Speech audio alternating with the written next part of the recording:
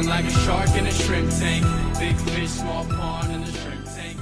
Welcome back to another episode of the Shrimp Tank. We come to you virtually from Seattle and the entire great PNW, the Pacific Northwest, where it's kind of a nice day today. Listen, if you want to learn how to start, grow, or run a successful business, you are in the right place. This is where we like to say street smarts and book smarts collide. Hello again, everyone. I'm Dan Weedin, and I'm joined by my co-host, Monica Blackwood.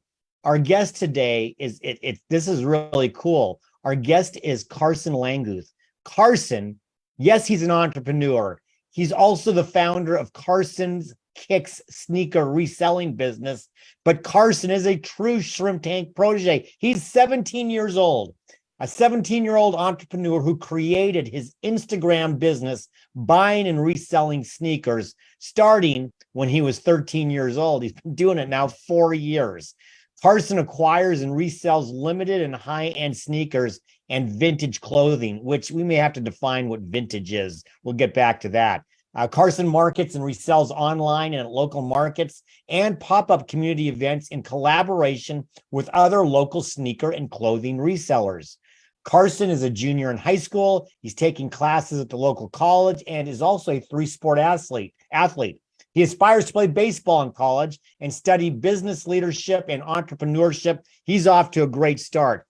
Carson, welcome to the show. We'll be with you in just a couple of minutes. Everyone, you can find us wherever you get your podcasts. We are the #3 entrepreneur show on iHeartRadio. We're on Apple Podcasts, Google Podcasts, Spotify, SoundCloud, Stitcher, and YouTube. You can say we are ubiquitous. Now, before we bring on Carson, hello there, Monica. Hey, Dan, how are you doing? You know what? I'm doing fantastic. I'm so excited. I mean, the Shrimp Tank actually started out like 7 years ago talking about young entrepreneurs and you know, kind of off of the whole Shark Tank evolution. And now we've got a young shrimp that we're going to talk to. I probably doesn't want to be called a shrimp. He's an athlete, but he's an young entrepreneur. And it made me think a little bit. I think I'm kind of vintage, Monica. I graduated high school in 1983, which put me at 17 years old, right about 1981, 82-ish. We're going to find out if that's vintage. I can guarantee you, first of all, Instagram was not even a word, of course. Right. High-end sneakers were on my feet. And I don't know what stupid things I was doing. I was playing some sports, but, you know, chasing after girls. And one of them I actually caught and married. So that's another story. But I was not doing anything entrepreneurial at all. What about you? I mean, you're way younger than I am. Maybe you were doing something with DECA or something kind of cool like that. What were you doing at 17? Gosh, at 17, I was a Running Start student, just like Carson is, and not an entrepreneur. But I was using the time to work almost full time at our local grocery store. But again, I mean, I wasn't doing cool things like talking on podcasts, and you know, there was no social media except for maybe MySpace was starting to come out. Oh, you're really young. You're really young. I don't know about that. Now we're going to switch gears. We're going to go talk to Carson. We're going to talk to somebody who is young right now. Carson Langguth, welcome to the show. We're glad to have you. You're not skipping school because you had a Running Start program today. So I feel like we're not aiding and abetting somebody who is skipping school, because I know I never did that as a 17-year-old. So I say that I'm not sure that's really true or not. Carson, welcome to the show. Okay, tell us, you've been an entrepreneur for 4 years, but you started out at 13. Tell us about your business, your high-end sneaker and vintage clothing business. Hi, thank you for having me. How I started was I posted a few pairs online of just my old shoes, and I sold them for way more than I thought I was going to get for them. And it just kind of made me realize, like, I could actually like make a bunch of money doing this. So that's kind of just how it started, and still going good. Oh my goodness, Carson. I don't know. I would not have thought to put my old shoes online anywhere to sell. Even like now, it's hard for me to think of that aspect. But your shoes that you had, were these ones that like your parents purchased and then you decided to sell, or had you purchased them and wore them and then decided to sell? Like, how'd you get your initial inventory, and how did you build that from there? So, yeah, the shoes that I had originally were from my parents for like presents and stuff, or just like, normal shoes that you would wear. So I sold them for, I think the first one I sold was for like $80, and I got it at the Nike outlet for like 40. After it was worn, I sold it for more than it went for brand new. So, and then after that, I just kept on reinvesting my money, and yeah, just more and more shoes. Just got more and more shoes. Okay, I got to ask a question because I know what I do to shoes. I mean, I retire shoes into different categories after they've been worn out. I mean, you get the shoes, you wear the shoes for a while, and then somebody wants to buy shoes that you've been using. Is that what you're telling me? Yeah. Okay, so hold on. So yes, and so follow-up question. I mean, you haven't obviously worn these to the ground. I mean, they obviously have some life left in them. Yeah. They weren't too bad, but they were worn a lot. The first pair that I sold. Are these like shoes that you've worn to like your basketball practice and then you turn around and sell them, and do you clean them beforehand, or what's the deal? So yeah. Cleaning also can make your profits go up. But yeah, I mean, it's just general wear every day. And then people will buy them. And then there's kind of like a market that you can go off of basically like how much it's worth. And if you price it a little bit lower than the market, they'll sell pretty easy. All right, Monica, I don't know if I'm jumping in ahead of you. I can't remember. We're trying to take turns, but I just have to ask, probably defining high end, and in my thinking, high end are like Nike, like Air Jordans, like Nike Air Jordans, and shoes like that. Give us some brands that you have worn and now resold. I'm gonna be honest. I don't wear my shoes anymore. Oh, I very little do I wear high-end sneakers anymore. I'm more of like just a slide type of guy, flip-flop type of guy. And do you go and sell your flip-flops too in your slides? No.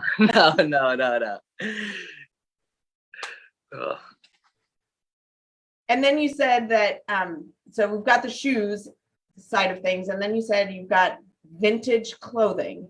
So tell us a little bit about that, and the kinds of, is it t-shirts or pants or whatever, and then we really need to get into this definition of what vintage really means. So tell us a little bit, and then we'll talk about that. Okay, so I do a little bit of clothing on the side. So there is like these vintage markets that you can sell at, and so I bring my shoes and the clothing. And so the first one I did, shoes did not sell at all. So I kind of like needed to adapt. So I bought clothing to sell at the market to make money, to make it worth it. Mm-hmm.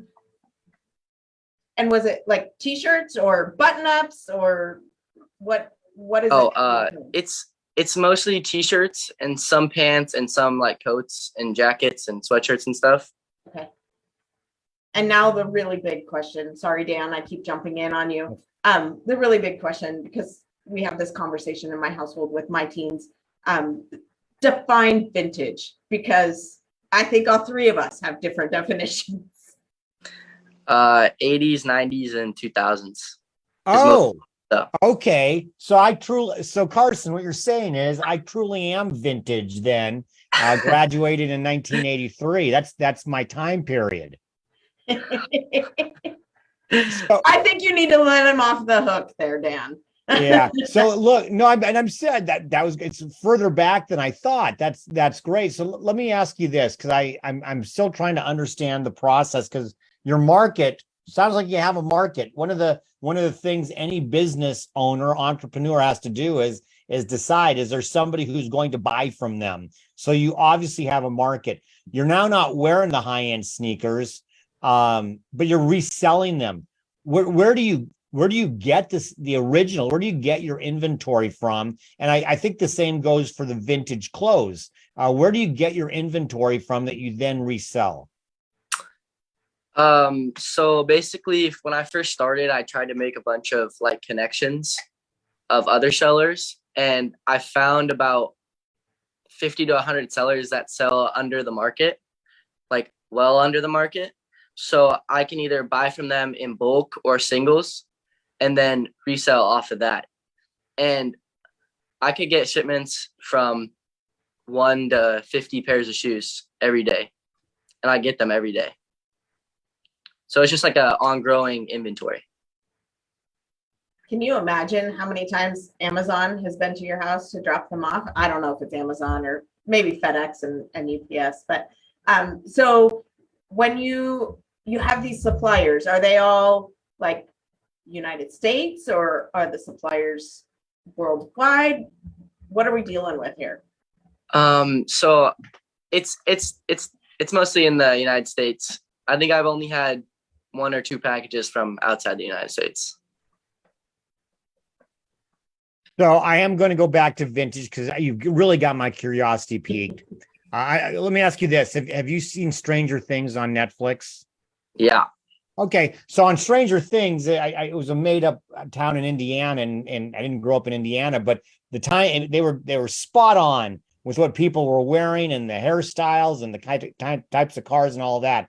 I remember just I was a t-shirt guy. I wore sports stuff. T-shirts. I wore concert t-shirt, things like that.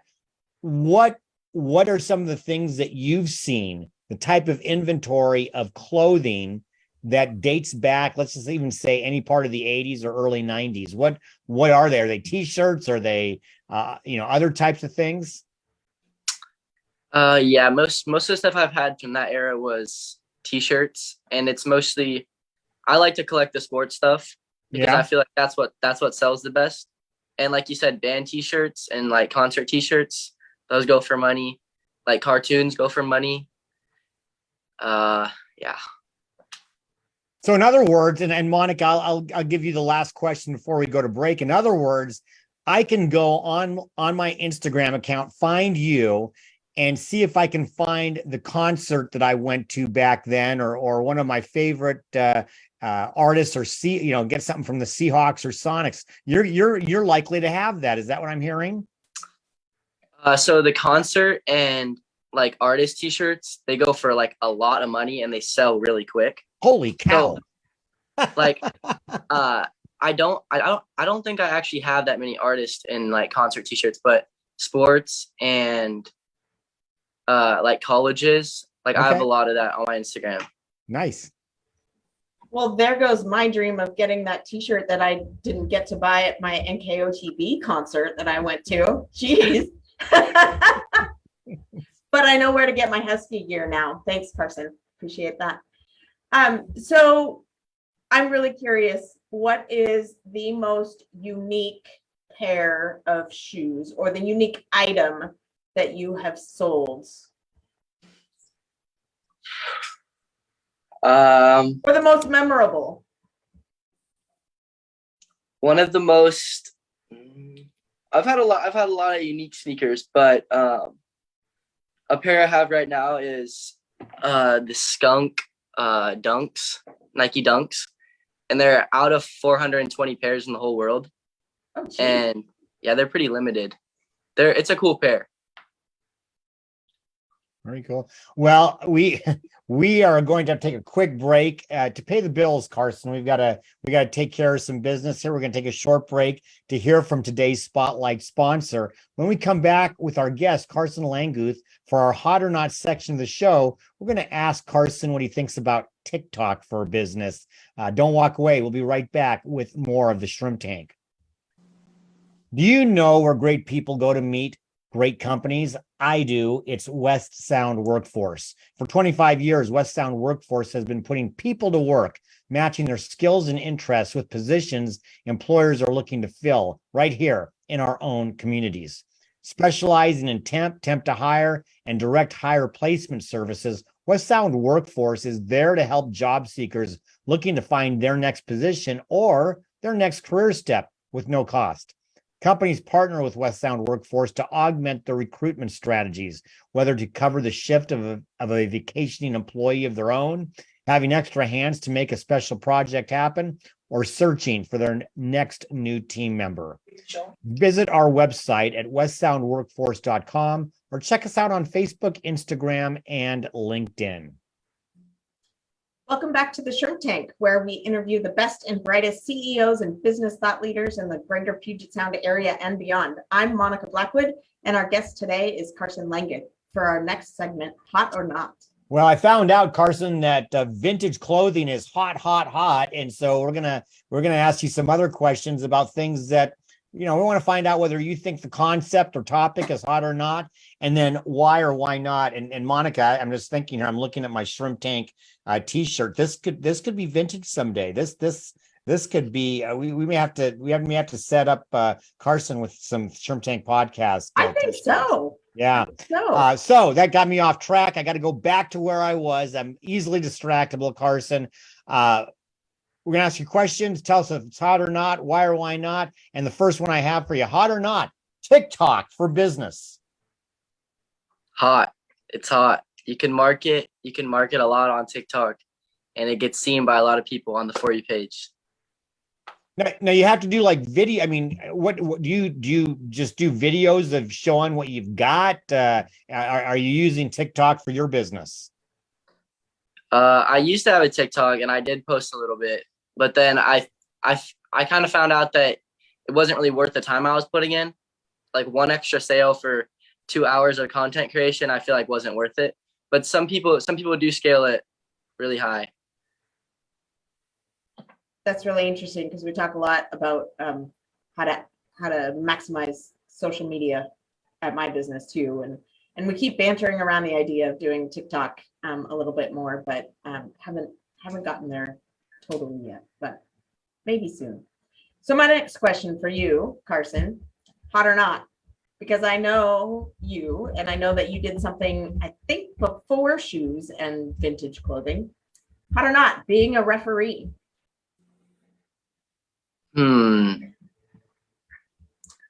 I was a referee. I think that's a good job. It makes pretty good money, and it's really fun. So tell us a little bit about why you think it was a good job, when you started, what you did, and kind of that backstory. I'm not gonna lie, I don't remember when that was. It was either when it was somewhere between 11 and 14. I did it for a few years. I ref soccer and basketball, but basketball is definitely the funnest. Yeah. I'm just, there's a big shortage of referees and umpires these days, so it might be a good thing for entrepreneurs to get into. Yep.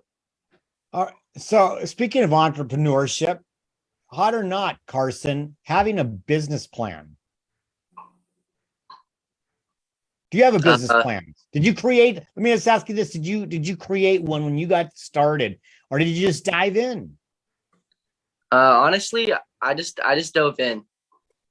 I didn't have a complete plan, and I didn't know exactly where I was going. But I feel like a plan is good, but also if you're trying to become make the most money, I feel like a plan isn't needed as much as people think. Because you know what I'm saying? You can just scale your business higher and higher, and you don't need to have an exact plan of where you want to be at each time. But yeah, I didn't have a plan. Well, listen, I like what you're saying. I don't disagree. I'm curious. I mean, I'm very impressed. More than curious, I'm very impressed. You're talking about scaling. You're talking about content creation. You're talking about profitability. I mean, here you are 17 years old and you've already you've got knowledge that sometimes take, adult entrepreneurs quite a bit of time to even understand the whole concept about that. I mean, even to the point of you're figuring out what's worth your valuable time in content creation. Where have you learned the business chops that you've already gotten? I feel like it comes with like learning comes with experiences, and I feel like I had to take a lot of L's to become where I'm at right now. And so like one of the examples is when I was first starting out, I bought this pair of shoes for like $90 and I never was able to sell it. Like I lost $90 like on the spot.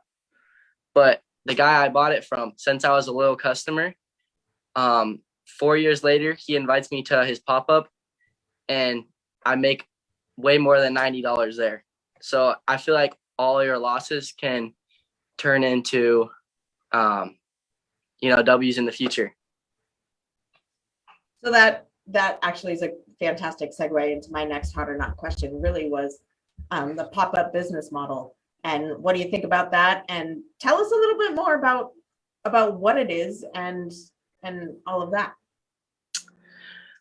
I've done a few pop-ups about once a month, and so basically we just go down to said location and we get our tables and racks and just throw them out, put the price tags on them, and we market it through like Instagram and Facebook, and like school we just tell all our friends to pull up, and I feel like it's fun every time. And even though we're making money, I feel like it's way worth our time because it's fun. So you were talking about, you collaborate with other businesses, and I'm assuming they're businesses of owners that are of all ages, not just teens and your peers. How do you decide to collaborate with one business or another, and what do you look for when you're deciding whether or not to do a pop-up or to work with another business?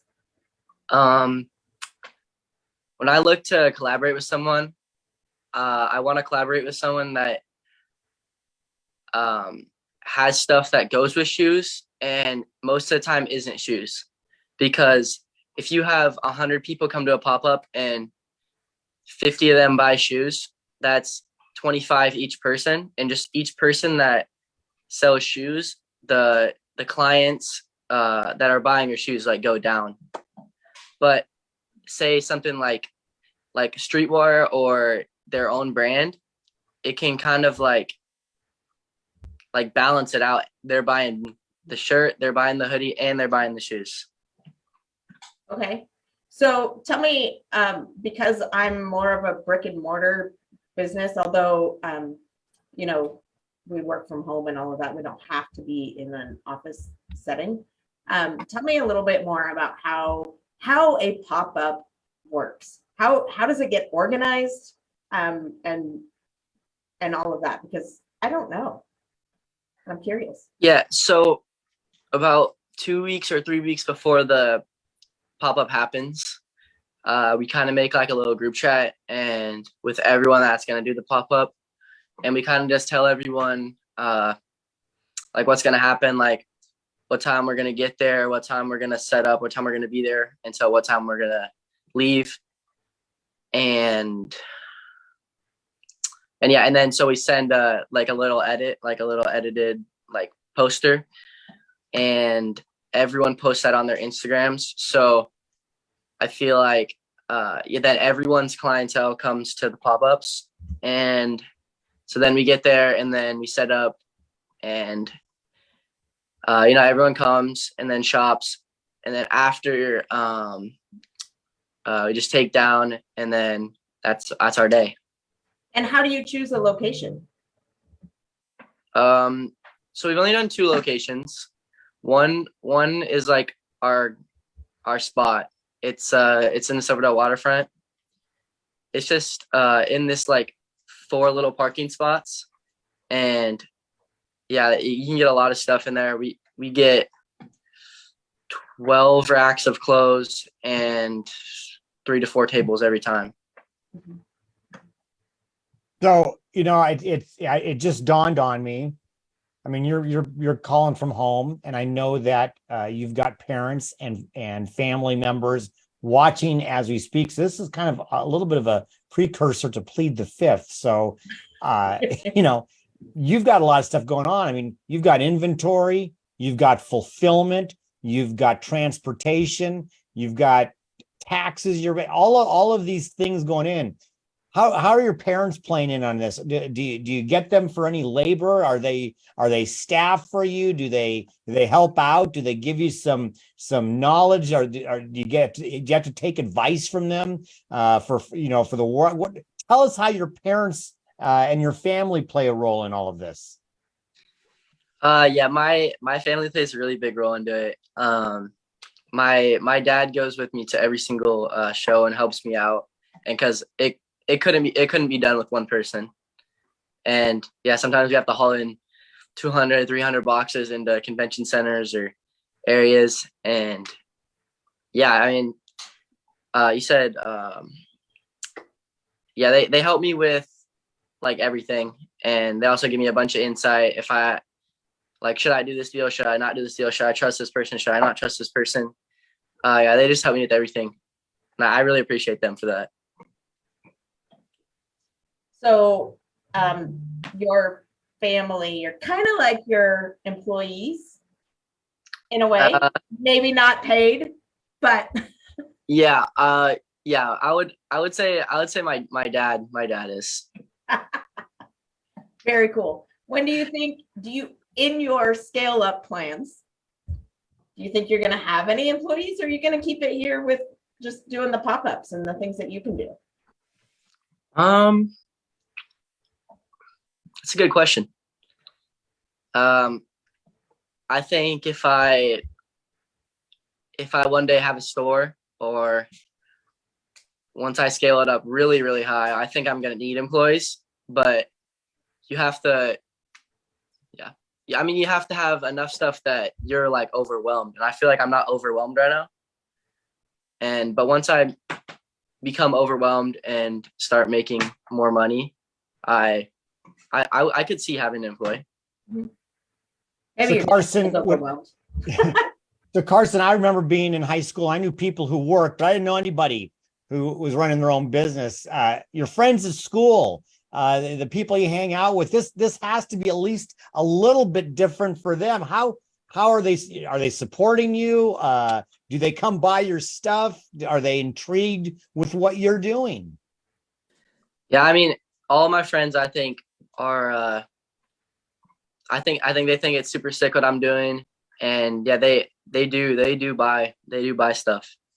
Hey, hold on. I got to say this for the people over 40 years old listening. When he says it's super sick, it means that they think it's really cool or groovy. So I wanted to make sure that we were going down the line. Super sick is like top of the line. So I just wanted to make sure that we got that through. Thanks for the clarification. I'm loving it. I'm like, this is challenging me, and I'm thinking about how I might be able to do a pop-up for my business. Like, yeah. Figuring that out. I think we should do a pop-up for the podcast, a pop-up pod.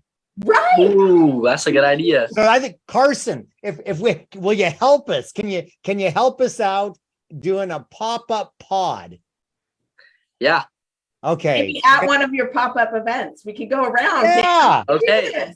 Let's do it. And we could wear vintage stuff. Right. I might even own stuff that I had. I don't know. I might even still own it. Who knows? For sure. Well, Monica, let's take some time to ponder that as we go to break. All of a sudden, I looked at the clock and it's like, okay, it's break time. So we're going to take our second short break to hear from our corporate sponsors. And when we come back, with our guest, Carson Langguth, for our Plead the Fifth section of the show. This is going to be a fun one. We're putting him in the DeLorean in a different way. Don't walk away. We'll be right back with more of the Shrimp Tank. And Plead the Fifth is brought to you by our corporate sponsors, Ideal Life 360, Cornerstone Financial, First Underwriters Insurance, BC Fitness Studio, Port Ludlow Resort, and Upstart Group. Please visit our website at shrimptankpodcast.com/Seattle to learn more about these terrific companies. Now back to the show. Welcome back to the Shrimp Tank, where we interview the best and brightest CEOs and business thought leaders in the greater Puget Sound area and beyond. I'm co-host Monica Blackwood. Our guest today is Carson Langguth for our next segment, Plead the Fifth. All right, Carson, we're going to really turn up the heat here. We're going to have some fun with these. You can plead the fifth. If we ask you a question you don't want to answer, you can plead the fifth, but only once. And I don't think you're a fair catch kind of guy. I think we're going to hear from you. So, Carson, let me ask you, are you familiar with Back to the Future, the original? Yep. Okay. So, Marty McFly jumps into the DeLorean and they go back 30 years in time, right? Okay. Number two, you're familiar with, they go into the future, right? Mm-hmm. So that's what we're going to do now, because with our other guests, we asked them to go back and, well, how would they advise their 18-year-old self? You're not even 18 yet, so you can't do that. But let's just say we move forward 20 years in time. We put the DeLorean on, we go 20 years in time, and now you're 37. My question for you is, what do you want to remember about this time? When you look back and say, wow, this was special because? I want to just think about how hard I worked to get where I want to become. And that's why I just think I work hard because I don't want to have any regrets when I'm older. That's great. Do you think, and just a quick follow-up, do you think that you're going to turn into a serial entrepreneur, maybe doing a bunch of different things? And will this maybe still be going hot and heavy? And the stuff that today will now be then vintage then? What do you think? Yeah, I think I'll for sure do something like this in the future. And I do think this has a chance to still be a thing when I'm 37. 37. That was really hard for you to say, wasn't it? Yep. I had to think like 20 years in the future. I wish I were still 37. My goodness. All good. Okay, so my next question for you, is you started your educational career in kindergarten in a Spanish immersion program. And through fifth grade, all you did all day long is speak in Spanish, and you became pretty fluent. Is that a skill that you use now in your business? Is it a skill that you tout, or does it not seem to have any relevance right now for you? I don't think I use it that much, but I feel like doing Spanish immersion was a little bit extra. And so I feel like that's kind of made me the person I am today, like going above and beyond and doing stuff that isn't needed, but still could still benefit you. Mm-hmm. Do you think that maybe as your business grows and so forth, that maybe you start doing, Instagram reels and TikTok videos in Spanish instead of in English? Or do you think it won't resonate with your group? I don't think it would resonate with my group, just because I feel like I'm mostly in the United States right now, and most of the people that are following me are from our area, and they mostly just speak English. Carson, when I started my business, in fact, it's like 18 years ago. Heck, Monica, my business is older than Carson. Okay. When I started my business 18 years ago, I had an OG that I looked up to, that mentored me, that coached me, I hired to be, my coach and mentor, and read his stuff and followed him. And I still, to this day, still follow him. Do you have an OG? Do you have somebody that you look for, whether it's through podcasts, YouTube, whatever, somebody that you say, this person knows business and I'm going to watch them? There's a lot of people that I look up to in the sneaker industry. There's a lot of people that do it way better than I do, and that I strive to be like. That's pretty cool. I didn't realize that the sneaker industry was really that hot. Yep, it's hot. I did not know. So speaking of that, what might be future plans for Carson's Kicks? What are you thinking? Just getting bigger and bigger every day, and just seeing where it'll take me. And someday, maybe open a store or travel and go to events. You want to have a big warehouse anywhere? Or maybe you do. Do you guys have a storage unit already? Where you keep? Well, I have 2 rooms, so they're just filled with shoes, and so it's basically like a storage. Any of your family, I'm just kidding, plead the fifth. Any of your family ever occasionally might walk in and say, "Oh, I kind of like these shoes," and take them out? Or do you have to worry about the inventory at all? My sister goes in there a lot and wants shoes, and I got to be her number one supplier. I hook, a lot of my family does get shoes off me. Yeah, I probably would too. Look, in the bio that we read for you, Carson, you're a good, really, really good baseball player. You were on a state championship team, it's my understanding, last year, and you're a pitcher, and you pitched that game. And you mentioned that you'd like to play baseball in college. I think if I remember that correctly. Talk to me a little bit about that's all of a sudden a new time management issue. Here you are growing your business. You got another full year of high school left, and you're going to be growing and growing. How do you see the whole management of, I'm running a business that's continuing to grow and take a ton of my time. I want to go to college. I want to learn stuff. I want to be a business major, learn entrepreneur, and I'd like to play baseball. That sounds like a lot. How do you manage that? I definitely have a lot on my plate, and I feel like I'm pretty good at managing my time. And if something's in front of me, I'll get it done. And I feel like if I do play, or when I do play college baseball, I think that is just another thing to like put on my plate and do. But I think I'll still be able to manage it, and probably to a higher scale too.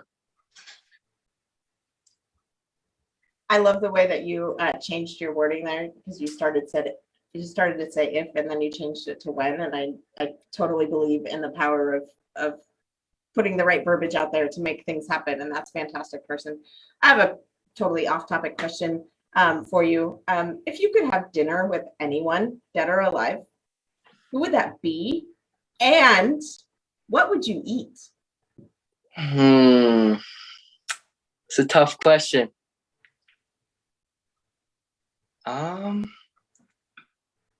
Is it going to be a sports guy or gal? Because there's some really cool sports women out there.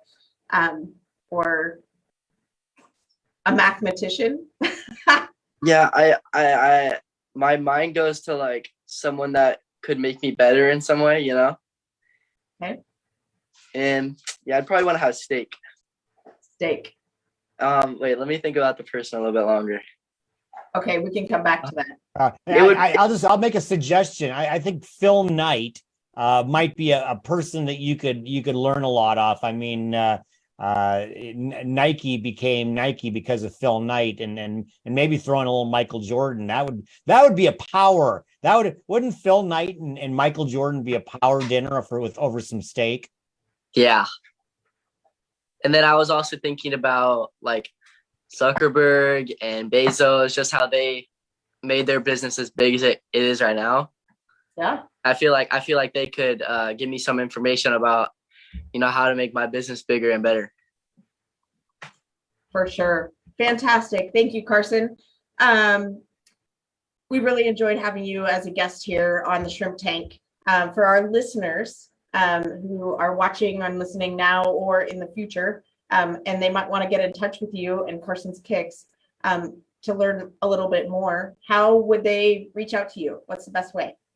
So my Instagram is Carsons_kicks, and in the Instagram, you go to the story highlights, which are on my page, and all the shoes are by size. So I got 7 to 8 men's, and then so on. I have every single size, and yeah. Fantastic. Make sure you check out all of the replays on shrimptankpodcast.com/Seattle and wherever you get your podcast, whether it be iHeart, Apple, Google, SoundCloud, Stitcher, any of those. Please follow us on our show's social media pages on YouTube, Facebook, and Instagram. Hey, Carson, this has been a lot of fun. Thank you. We're going to hold you to it. We're going to do a pop-up pod. We're going to figure out a way to get that done. And we'll have some fun with that. Thank you. Monica, as always, thank you. Great show today. Thanks for bringing Carson on board. This was a lot of fun.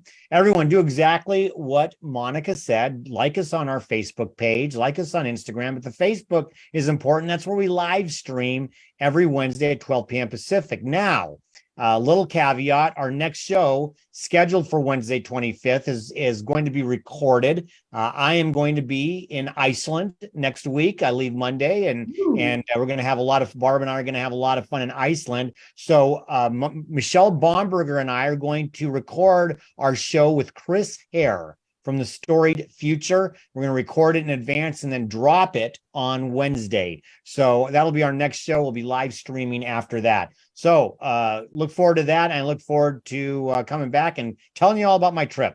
In the meantime, be safe, be well, and be prosperous, and wear some high-end shoes, why don't you? Sneakers, why don't you? Because until next week, the shrimp is back in the tank. So long. I've been feeling like a shark in a shrimp tank. Big fish, small pond.